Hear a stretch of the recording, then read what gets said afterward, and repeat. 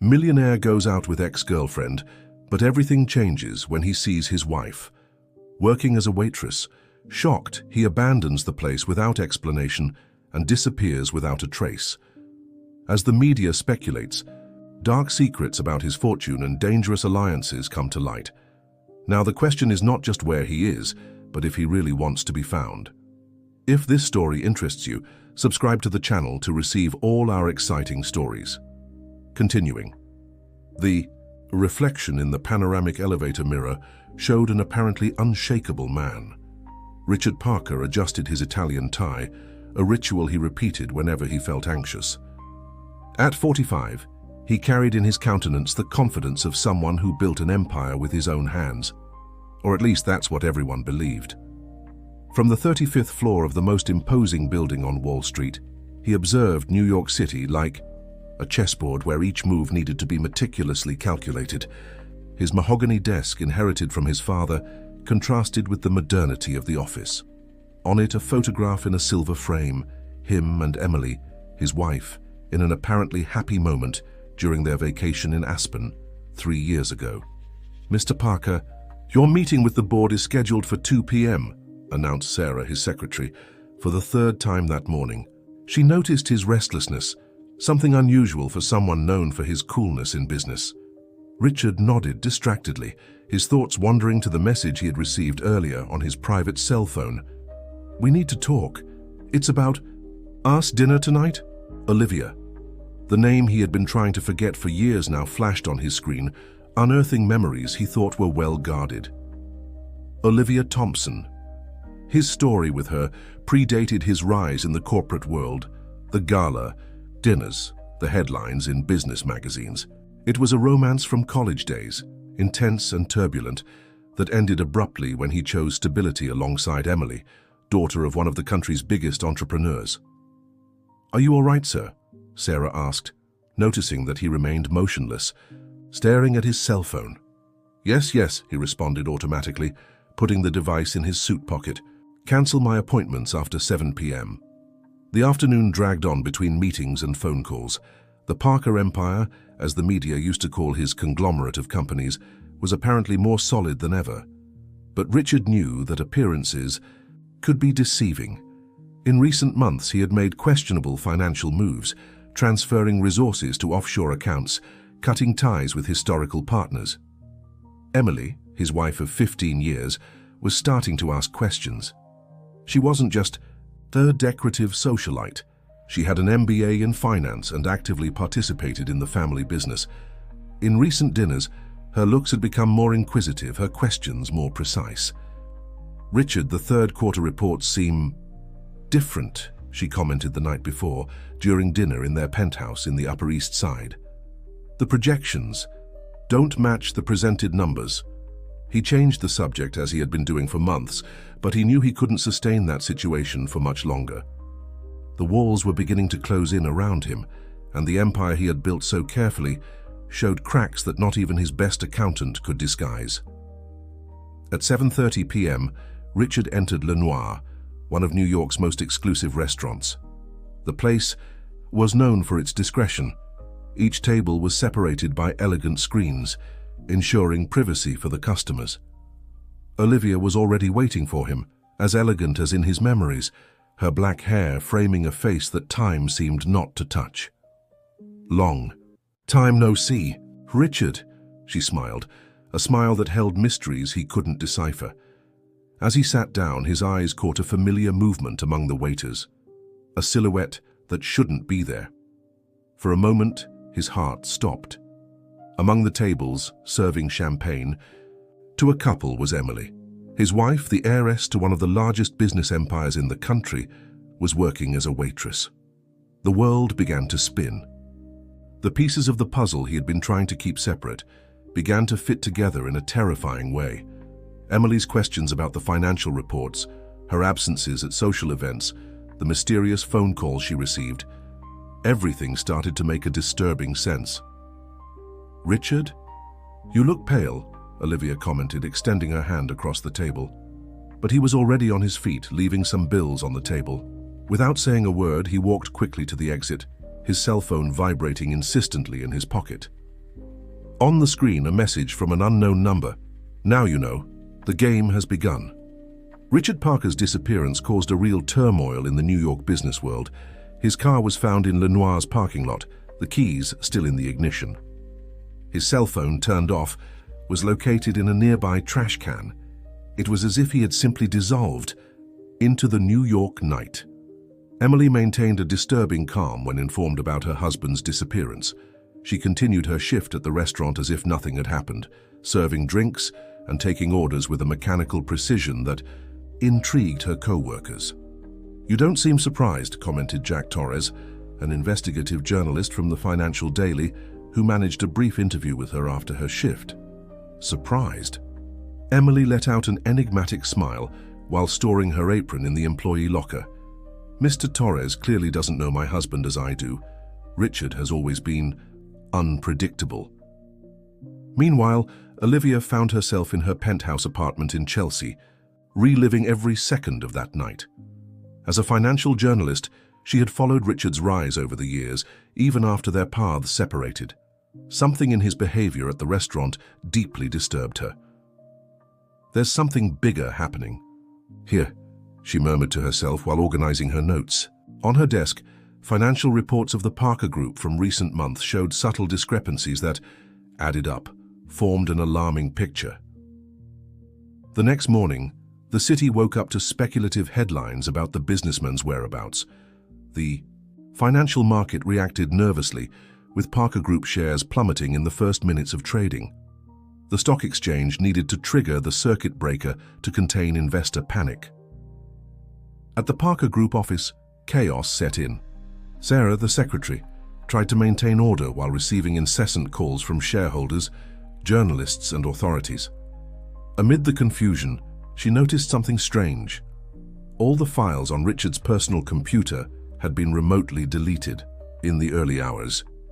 "He planned this," concluded Michael Vance, chairman of the Parker Group board, in an emergency meeting. "The question is, why?" Emily attended the meeting wearing an elegant Chanel suit, as if the last few days hadn't happened. Her presence caused embarrassment among the board members. Everyone there knew about her situation at the restaurant, but no one dared to bring up the subject. "Gentlemen," she began, her firm voice echoing through the boardroom, "I believe everyone here has questions about my current situation. I'll save your time. Yes, I'm working as a waitress. No, it's not by choice. And yes, this has everything to do with Richard's disappearance." The silence that followed was deafening. Emily continued, each word carefully chosen. "In recent months, our personal fortune mysteriously evaporated. Accounts were emptied. Investments disappeared. Everything happened so gradually and silently that when I realized, it was already too late." In her apartment, Olivia received an unexpected visit. Amanda Lee, Richard's former assistant, brought with her a folder with documents she had secretly copied in recent weeks. "Miss Thompson, Mr. Parker wasn't who everyone thought," Amanda explained, her hands trembling as she spread the papers on the table. "He was involved in something much bigger, something that started years ago, even before his marriage to Mrs. Emily. The documents revealed an intricate network of shell companies, all connected to a mysterious figure known only as the Advisor. $1 million transactions were carried out through these companies, always at crucial moments in the financial market." "The restaurant," Olivia murmured, a sudden realization hitting her. "Lenoir isn't just a restaurant, is it?" Amanda shook her head negatively. "It's a meeting point, a place where big decisions are made, where privileged information is exchanged. Mrs. Emily isn't there by chance." At the end of that afternoon, Emily received an envelope at her table in the restaurant. Inside, just a card with a phrase, "You know what needs to be done." The handwriting was unmistakable. It was Richard's. Meanwhile, on the streets of New York, Jack Torres followed a lead that could change everything. In his hands, an old photograph showed Richard, still young, next to a figure whose face was partially covered. On the back, a note. "The beginning of everything, 1999. Lenoir remained practically empty on that rainy Thursday afternoon. Emily meticulously cleaned the silver cutlery, a habit she had acquired in recent weeks to keep her mind occupied. Her thoughts were interrupted when Olivia crossed the restaurant doors, soaked by the New York rain. "We need to talk," Olivia declared, sitting at the bar. Her eyes revealed that she hadn't slept. "I found something you need to see." Emily hesitated for a moment, observing the empty restaurant. She made a discreet signal to the maitre d' and sat down next to her former rival. The two women, who for years had competed for the attention of the same man, now found themselves united by unexpected circumstances. "What did you discover?" Emily asked, her voice just a whisper. Olivia slid a folder with old documents across the counter. "Your family, the Parkers. It wasn't just a matter of social status when Richard chose to marry you, was it?" Emily leafed through the documents, her face gradually losing color. They were bank transaction records from 1999, the year she met Richard. Her father's name, Alexander Parker, appeared repeatedly linked to offshore accounts and shell companies. "My father always said Richard had a natural talent for business," Emily commented bitterly. "Now I understand why he insisted so much on our marriage." On the other side of the city, Jack Torres was about to make a crucial discovery. In a cafe near Wall Street, he met with George Mitchell, a former Federal Reserve employee who had been following the financial market for decades. "The AT advisor isn't a person," George revealed nervously. "It's an organization, a select group of people who control the financial market in the shadows. They recruit brilliant people, like Richard, and transform them into pieces of their game." "And how do they choose these people?" Jack questioned, discreetly recording the conversation on his cell phone. "They observe, they manipulate, they create situations." George drank his coffee in one gulp. Richard's marriage to Emily wasn't a coincidence. The Parkers were bankrupt in 1999, but nobody knew. The advisor offered Richard a choice: marry Emily, save her family from ruin, and gain access to the inner circle. At Lenoir, Olivia continued, her revelation: "Richard didn't abandon our story out of love for you, Emily. He was coerced. The advisor had evidence of your father's illicit activities. If Richard didn't marry you, your father would be exposed."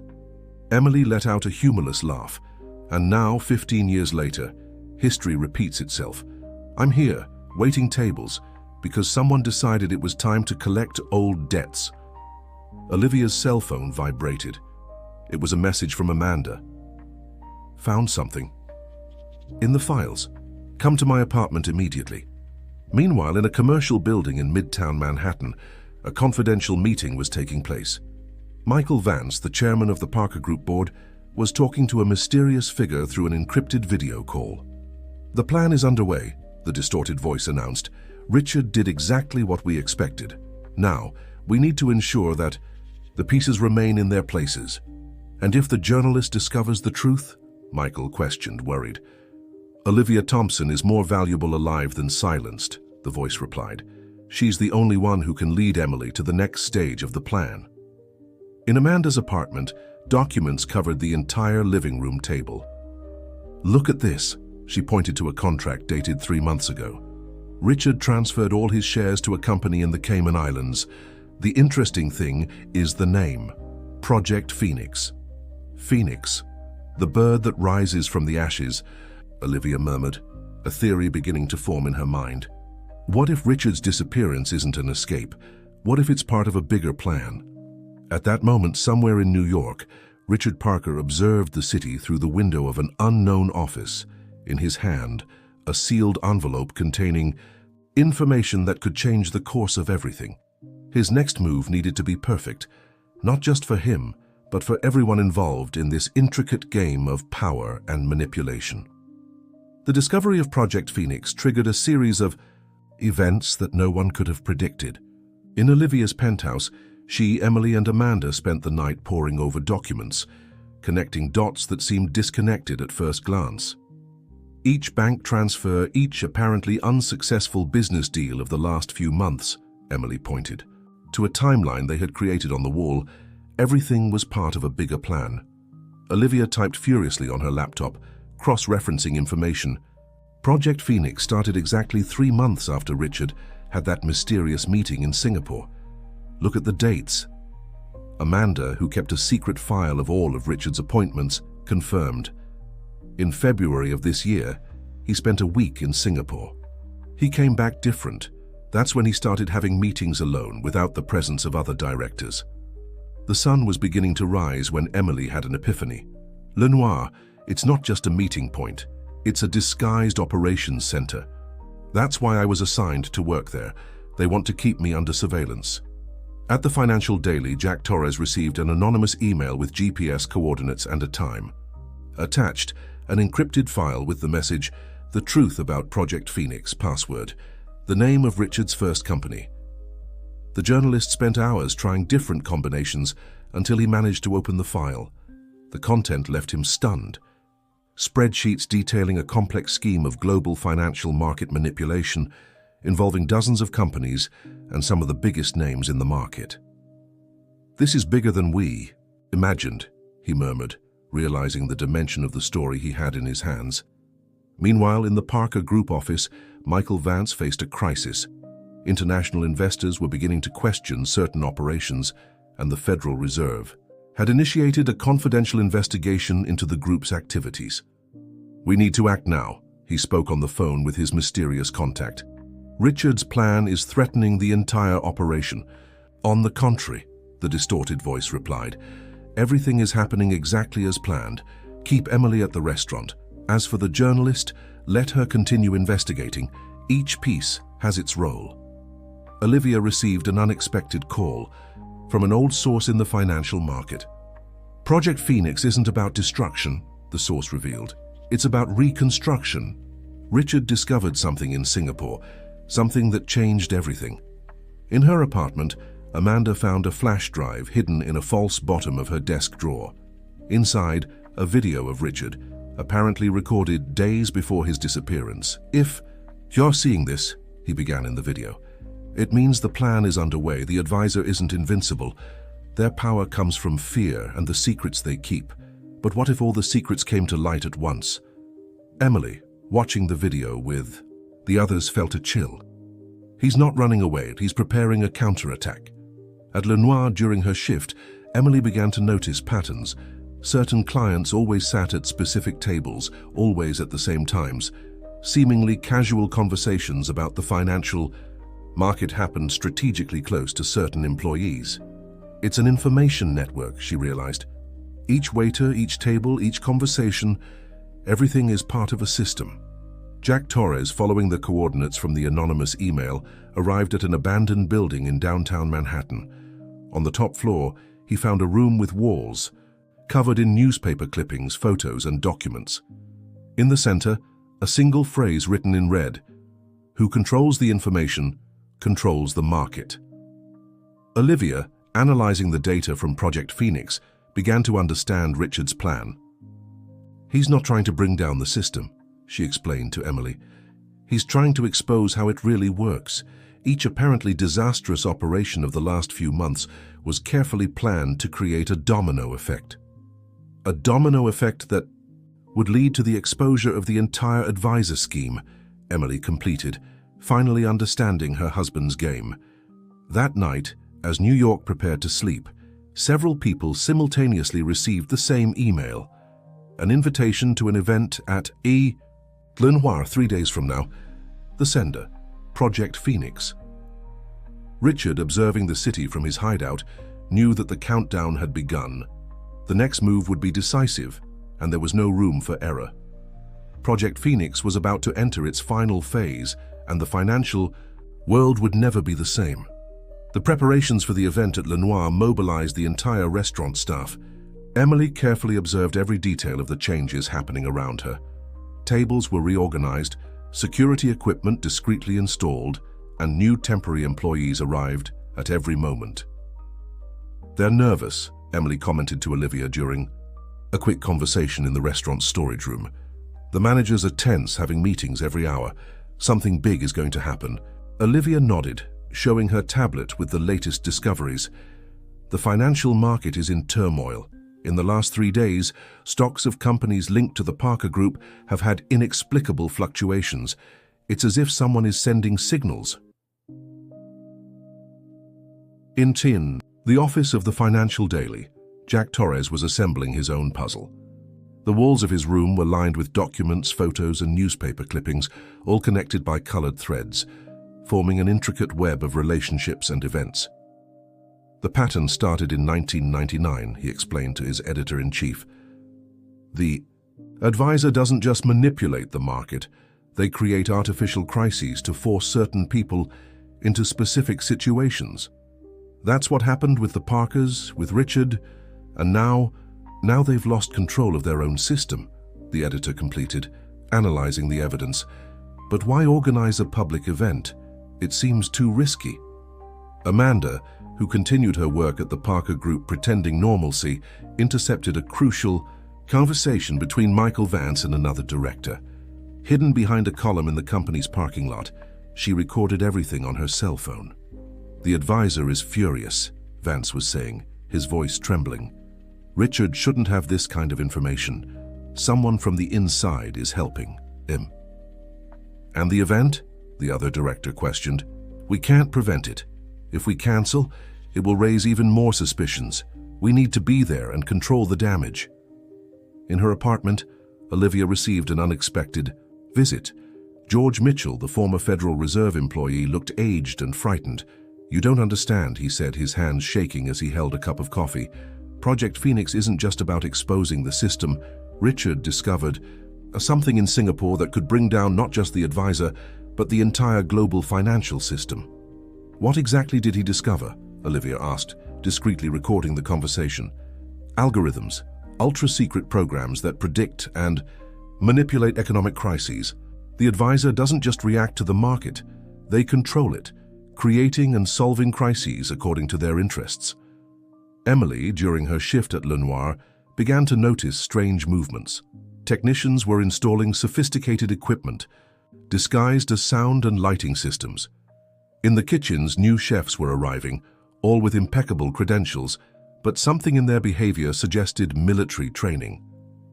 They're transforming the restaurant into a fortress, she realized, discreetly photographing details with her cell phone. Jack Torres, following a new lead, discovered something alarming. All the city's main communication networks would be modernized on the day of the event, meaning a window of a few hours where the systems would be vulnerable. It's not a coincidence, he explained to Olivia over the phone.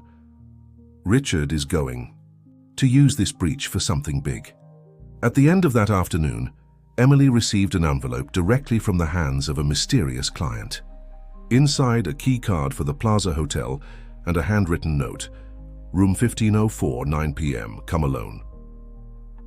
Olivia, analyzing the latest financial movements of the Parker Group, discovered a pattern in the apparently chaotic transactions of recent months. When organized in a certain way, they formed a code. It's a message, she realized, deciphering the numbers. Richard isn't just exposing the system, he's dismantling it from the inside, using its own rules against it. Amanda, reviewing the recordings she had made in the parking lot, noticed something that initially went unnoticed. In the reflection of a car, it was possible to see Richard observing the conversation between Vance and the director. He had been in New York all along, moving in the shadows, orchestrating every detail of his plan. As night fell over New York, Emily prepared for her mysterious meeting at the Plaza Hotel.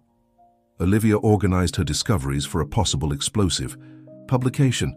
Jack Torres checked his sources one last time, and somewhere in the city, Richard Parker was putting the finishing touches on a plan that was about to shake the foundations of financial power to its core. The Plaza Hotel maintained its timeless elegance on that bustling night. Emily crossed the lobby with firm steps, her waitress uniform replaced by a discreet dress. The elevator seemed to take an eternity to reach the 15th floor, each second increasing her apprehension. At room 1504, she hesitated for a moment before using the key card. The sound of the door unlocking echoed through the empty corridor. Inside, she found not Richard as part of her expected, but a figure she hadn't seen in years, her father, Alexander Parker. "You've grown so much, my daughter," he said visibly, aged, his hair completely white. "I'm sorry for all of this." Meanwhile, at Lenoir, Olivia was conducting her own investigation disguised as a customer. Strategically seated close to the manager's table, she could catch fragments of crucial conversations. "The main servers will be transferred during the event," one of them whispered. "Everything needs to appear normal." Amanda, who maintained constant contact with Olivia through coded messages, was making important discoveries at the Parker Group office. In an old folder, she found documents that directly linked Alexander Parker to the advisor. "It wasn't just about money," she quickly typed to Olivia. "Emily's father was part of the inner circle. He didn't go bankrupt. He was exiled." At the hotel, Emily faced her own shocking revelations. Alexander explained how it all began, his words heavy with regret. "The advisor isn't just an organization, Emily. It's a system, a way of thinking. They identify brilliant people and gradually corrupt them, offering power in exchange for loyalty. I was one of them until I questioned too much." "And Richard?" Emily asked, her voice trembling slightly. "Richard was my salvation and my downfall," Alexander answered, walking to the window. "When I rebelled against the system, they planned to eliminate me. But Richard offered an alternative. He would marry you, take my place, and I would be spared. What no one knew was that he had his own plans." Jack Torres, following a new lead, discovered surprising connections between Lenoir and several suspicious financial operations. The restaurant wasn't just a meeting point. It was a disguised data processing center. The numbered tables, he explained, to his team correspond to different servers. Each order made by regular customers is actually a code for different types of transactions. Olivia, analyzing the information received from Amanda, began to understand the genius of Richard's plan. "He's not just exposing the system," she murmured, organizing her notes. "He's using the event itself to hack the entire advisor network." In the hotel room, Alexander continued his revelations. "Project Phoenix began 15 years ago, Emily. Richard has been planning this from the beginning. Every position he accepted, every deal he closed, every person he met, everything was part of a bigger plan." "Why are you telling me this now?" Emily questioned, her eyes fixed on her father. "Because tomorrow, during the event, everything will change. Richard is going to expose not just the advisor, but the entire global financial manipulation system. And you, my daughter, are a fundamental piece in this plan." In his hideout, Richard was reviewing the final details. In his hands, an apparently simple device that contained the power to dismantle an empire built in the shadows. His cell phone vibrated, a message from Olivia. "I discovered the pattern. The algorithms aren't just for prediction, they're financial weapons. They can create or destroy fortunes with a single command." At Lenoir, preparations for the event continued. Emily, returning from the hotel, observed everything with new eyes. Every detail now made sense. The new installations, the mysterious employees, the coded conversations. Amanda, hidden in the dead files of the Parker Group, found something disturbing. Old blueprints of Lenoir showing a network of underground tunnels connecting the restaurant to various strategic points in the city, including banks and financial centers.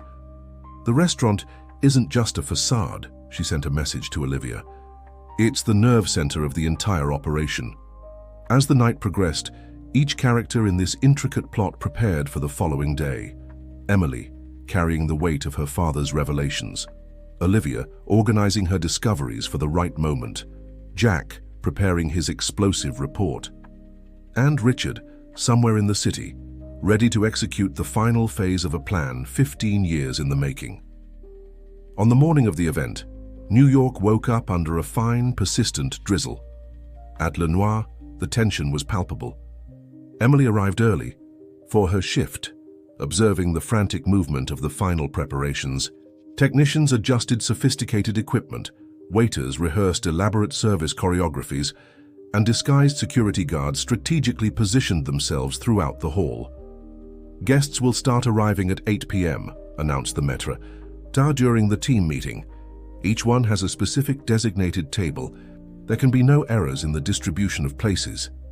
Olivia, in her apartment, received an unexpected visit from George Mitchell. The former Federal Reserve employee brought with him a bulletproof laptop. This belonged to the strategic analysis department, he explained, his hands trembling as he opened the equipment. Here is the entire history of market manipulations from the last 20 years.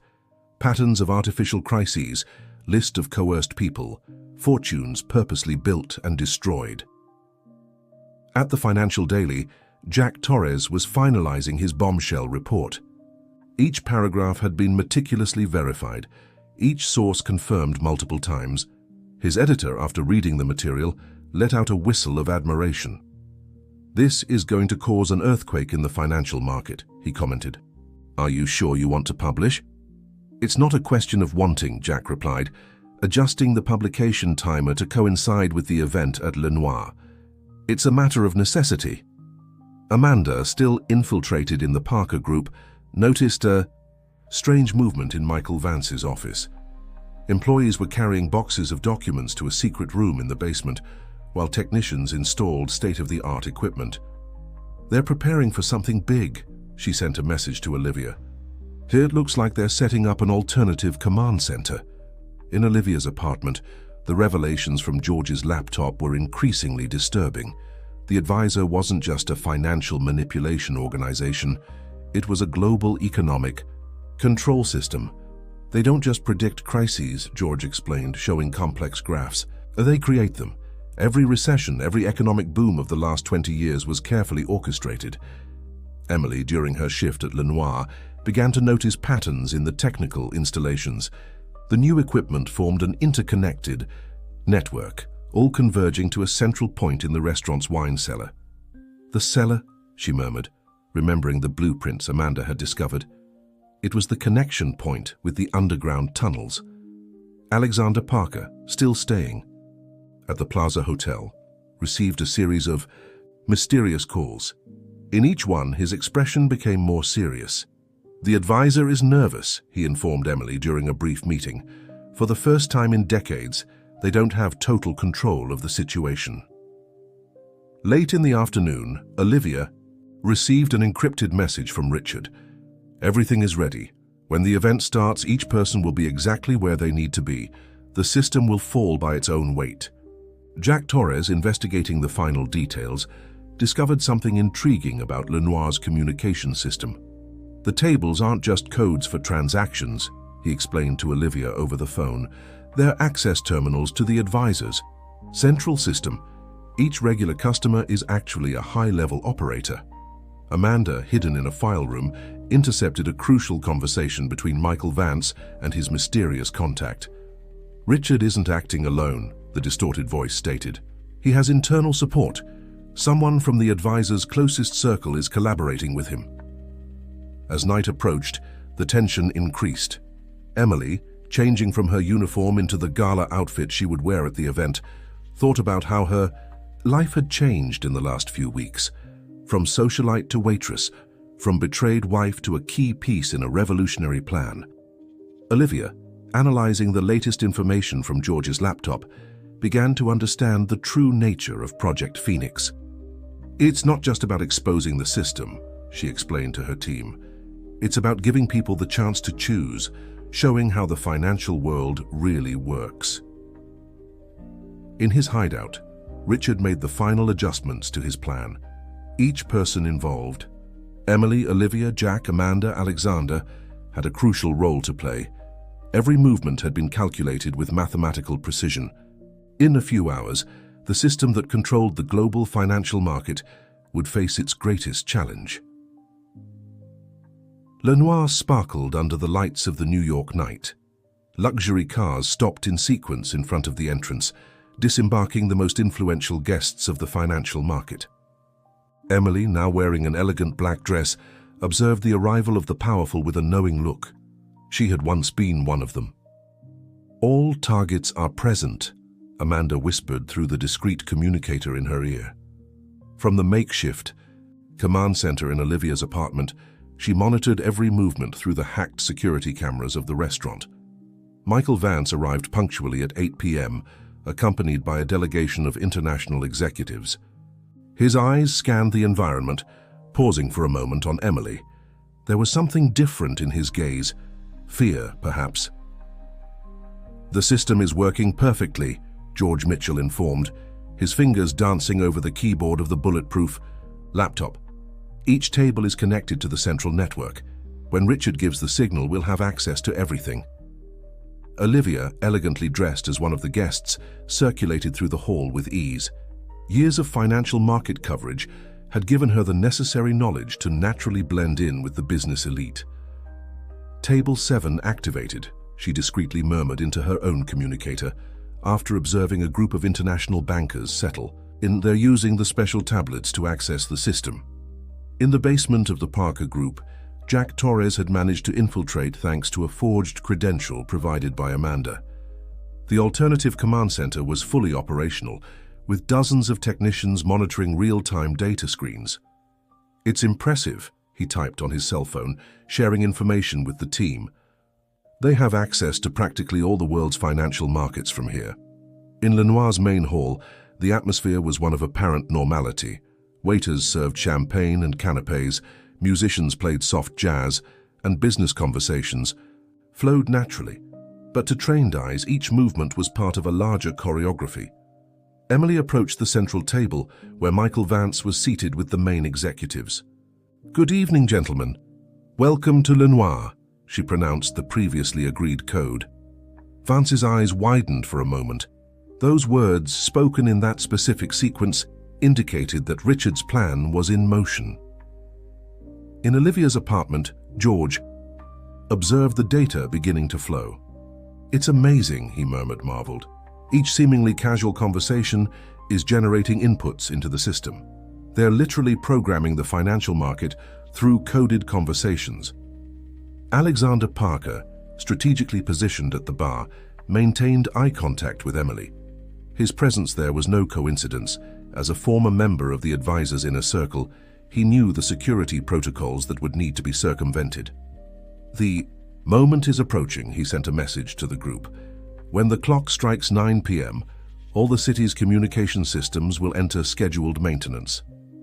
Olivia, circulating among the tables, captured fragments of revealing conversations. The powerful, secure in their controlled environment, spoke openly about market manipulations and secret operations. "The final phase of Project Phoenix is ready," Amanda confirmed, after receiving a coded message. "Richard will give the signal in exactly 47 minutes. In the underground command center, Jack noticed a strange movement. Technicians were beginning to receive alerts of unusual activities in the system. "Something is different," one of them commented, worried. "The encryption patterns are changing by themselves." Emily, serving drinks at the main table, watched the clock with controlled anxiety. Each passing minute brought them closer to the decisive moment. Richard's plan, architected over 15 years, was about to be revealed in all its complexity. Suddenly, the lights at Lenoir flickered subtly, the first signal. The guests, engrossed in their conversations and negotiations, hardly noticed. But for those who knew what to look for, it was the beginning of the end. "It's starting," Olivia whispered into her communicator. "God help us." At 9 p.m. sharp, all of New York's communication systems entered scheduled maintenance exactly as planned. At Lenoir, the special tablets on the guests' tables continued to function normally, or so it seemed. "Complete infiltration," George announced from Olivia's apartment, his eyes fixed on the data screens. "We have full access to the advisor's system."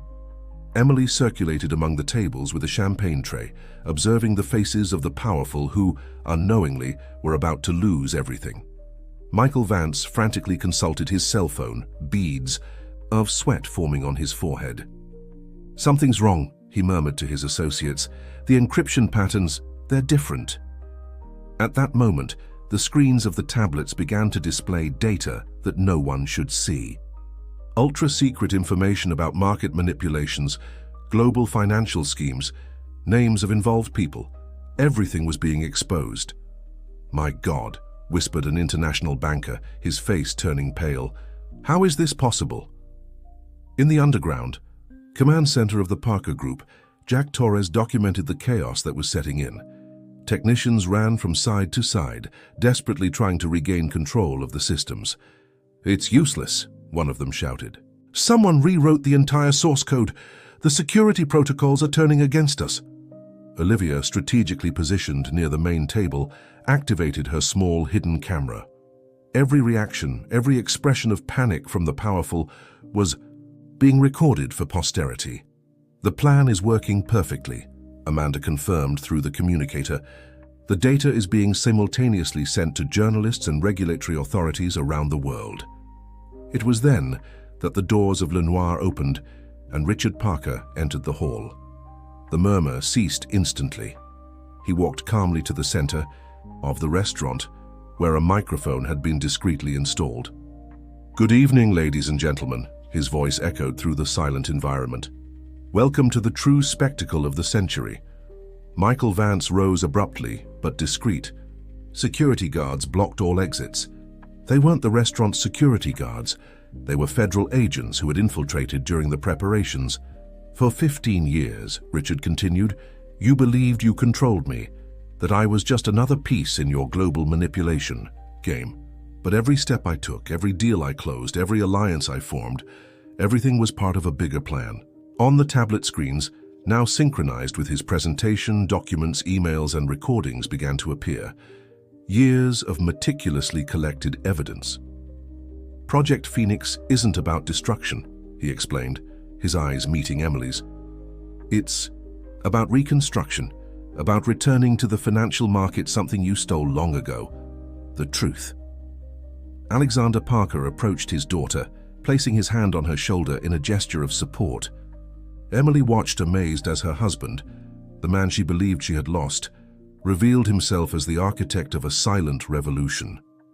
"Every penny diverted," Richard continued, "every company destroyed, every life ruined by your manipulations. Everything is being exposed now in real time to the whole world." In Olivia's apartment, George observed the global markets reacting to the revelations. "It's a financial earthquake," he murmured, impressed. "But it's not a collapse. It's a correction." Jack Torres from the Underground Command Center sent constant updates to his newsroom. The biggest investigative report in history was unfolding before his eyes. "The advisor is finished," Amanda announced through the communicator. "All their security systems, all their secret protocols. Everything has been rewritten to serve Project Phoenix." Richard walked to Emily, gently taking her hand. "Forgive me for the act, my love. It was the only way to protect you while we put the plan into action." The event guests, now hostages to their own greed, watched helplessly as their careers, built on lies and manipulations, crumbled before their eyes. "You have two choices," Richard announced to the stunned audience. "You can accept the consequences of your actions and cooperate with the authorities, or you can try to fight. But I warn you, every move you make now will be monitored. Every penny you try to hide will be tracked." The sound of sirens began to echo in the distance, approaching Lenoir. The system that controlled the global financial market had not been destroyed. It had been transformed. Project Phoenix, like the mythical bird, did not represent the end, but a new beginning. 3 months after the historic night at Lenoir, the dust was beginning to settle. The restaurant, now closed for renovation, had become a kind of silent memorial to the greatest transformation ever seen in the global financial market. Emily and Richard walked hand in hand through Central Park on a quiet Sunday afternoon. The autumn sun painted the trees with golden hues, a poetic contrast to the turbulent months they had lived through. "I still wonder how you managed to plan all this for so long without anyone finding out," Emily commented, adjusting her sunglasses. Richard smiled, that smile that always held a touch of mystery. "It wasn't alone. Each person played a fundamental role, you especially, even without knowing it." In the Financial Daily office, Jack Torres was finalizing the last part of his series of reports on the case. His investigation had won the Pulitzer Prize for investigative journalism, but more important than that was the feeling of having contributed to real change. "The financial market will never be the same," he typed on his computer. For the first time in history, we have a truly transparent system. Project Phoenix not only exposed past manipulations, it created mechanisms to prevent them in the future. Olivia, in her new office overlooking Fifth Avenue, organized the final notes for her book about the case. On the wall, a framed photo showed her and Emily laughing together during a recent lunch, from rivals to friends, united by a greater cause. "People always ask me if it was worth it," she spoke on the phone with her editor. "If it wouldn't have been easier to keep the old system running. But they don't understand. It wasn't about ease, it was about justice." Alexander Parker, rehabilitated after years of forced exile, now dedicated himself to a special project, a foundation to support small investors and educate people about the financial market. "Power isn't in secrecy," he explained during a lecture to young economics students. "It's in transparency and shared knowledge, in the possibility of everyone having the same opportunities." Amanda had been promoted to compliance director of the new Parker Group, now restructured under principles of total transparency. Her experience during the operation had perfectly prepared her to ensure that the mistakes of the past would never be repeated. In Olivia's apartment, now transformed into an informal meeting point for the group, everyone gathered for a celebration. Dinner. George Mitchell, recovered from the stress of recent months, raised his glass in a toast.